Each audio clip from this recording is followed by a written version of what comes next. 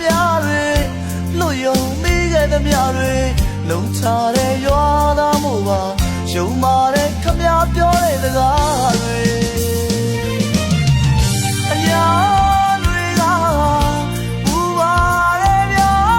ကြောင်ရင်ဝင်ပဲပဲချမ်းကပို့ပူလို့လိုက်တာဘာကြောင့်မလဲ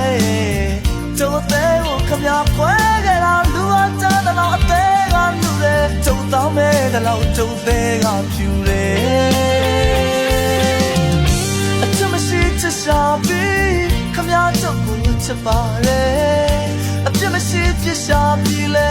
ကျုပ်တဲ့ကိုခမည်းခွဲတယ်အညာသားကြီးကိုမှအညာပုံမြင်တွေပြောခဲ့သူ